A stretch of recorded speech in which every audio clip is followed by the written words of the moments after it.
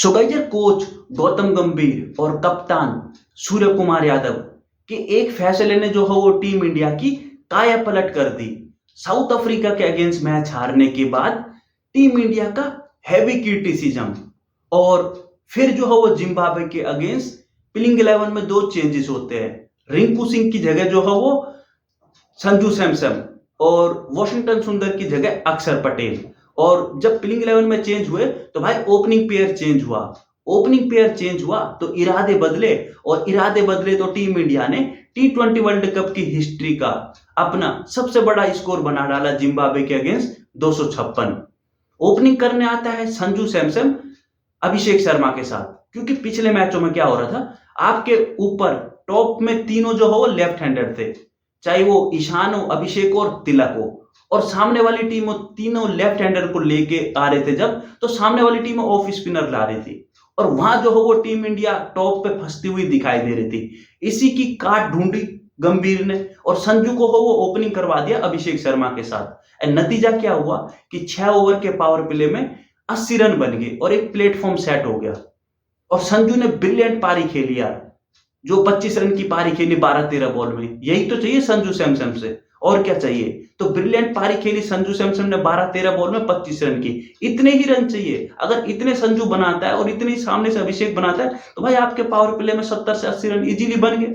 और हुआ ऐसे ही, संजू सैमसन 25 बना के जाता है तो जो Abhishek Sharma out of form दिखाई दे रहा था, वो अभिषेक शर्मा जो है वो 50 रन बनाता है और उन सब की मुंह पे बोलती बंद कर देता है, जो अभिषेक शर्मा को स्लोगर और जो है वो लप्पेबाज बोल रहा था।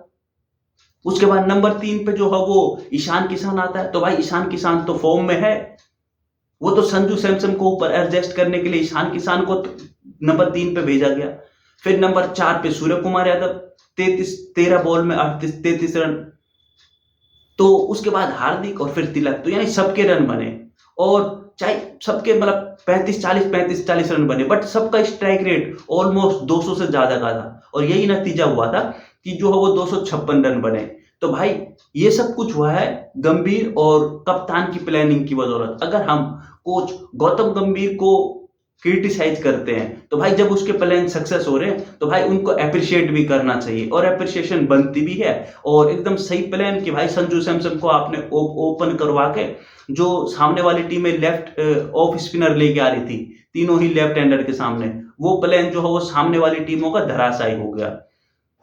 टीम इंडिया मैच जीतती है एंड अब जो है वो वेस्ट इंडीज के अगेंस्ट जो 1 तारीख को मैच है, वो दोनों ही टीमों के लिए डू और डाई है। India versus West Indies quarter final बन चुका है।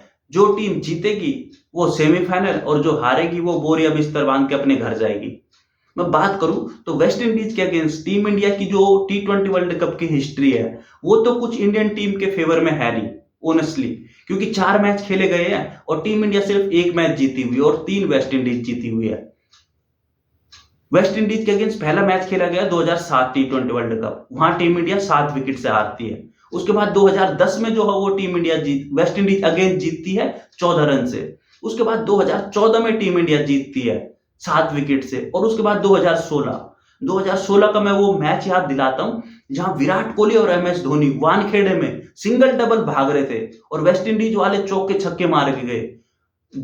जेसन चार्ल्स, वो पारी याद होगी ना जहां विराट कोहली आखिरी ओवर करवाने आता है और फिर छक्का मार के वेस्ट इंडीज मैच जीतती है वानखेड़े में 2016 में। वो साल विराट कोहली का पीक था, और IPL में तो 967 रन बनाए थे ना, 970-980 के आसपास। बट उस साल टीम इंडिया वर्ल्ड कप हारती है, और विराट कोहली भी बोलता है ना कि भाई सबसे सैड मूवमेंट था वो, क्योंकि वो वर्ल्ड कप जीतना था। बट उस दिन भाई वेस्ट इंडीज का दिन था, हार गए। फिर उन्होंने उसके बाद फाइनल में इंग्लैंड के अगेंस्ट बेन स्टोक को 4 छक्के मारे थे ना कार्लोस ब्रैथवेट ने, तो भाई उससे पहले उन्होंने हमको हराया था सेमीफाइनल में।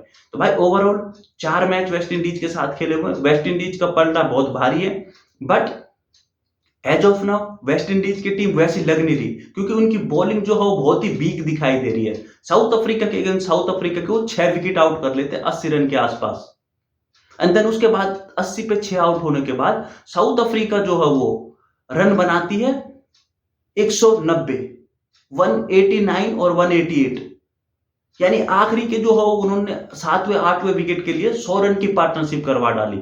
साउथ अफ्रीका से। तो भाई उनकी बॉलिंग बहुत ही ज्यादा वीक लग रही है वेस्ट इंडीज की, और यही जो है वो टीम इंडिया के लिए एडवांटेज हो सकता है।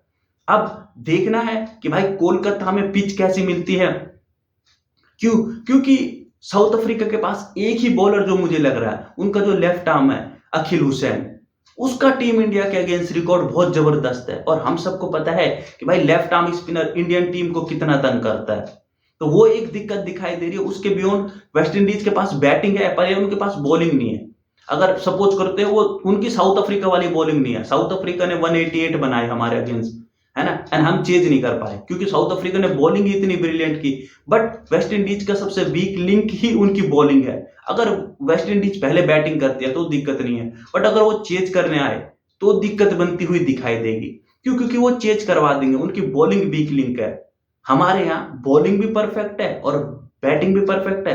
वो एक मैच में गड़बड़ हुई थी, उसके कारण जो है वो क्रिटिसिज्म हुआ, और क्रिटिसिज्म हुआ तो प्लेइंग 11 में चेंज हुए तो उसके बाद जो है वो काया पलट हुई। और अब ऐसा लग रहा है कि भाई संजू एकदम फिर वहीं घूम फिर के टीम इंडिया आ गई जहां एक साल पहले थे संजू सैमसन, अभिषेक शर्मा। उसके बाद बीच में आपने शुभमन गिल को घुसाने की कोशिश की, शुभमन गिल का चला नहीं, फिर ईशान आया, फिर अब फिर संजू आ गया। तो अब परफेक्ट ओपनिंग बन चुकी है। आई होप कि अब जो है वो छेड़ने की जरूरत है नहीं।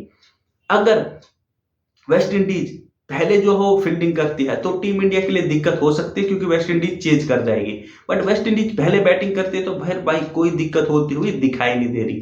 ओवरऑल देखना होगा कि भाई पिच कैसे मिलती है। और रही बात बारिश की, तो भाई बारिश की प्रिडिक्शन 1% भी नहीं है, बिल्कुल 0% जो है वो बारिश के चांसेस है।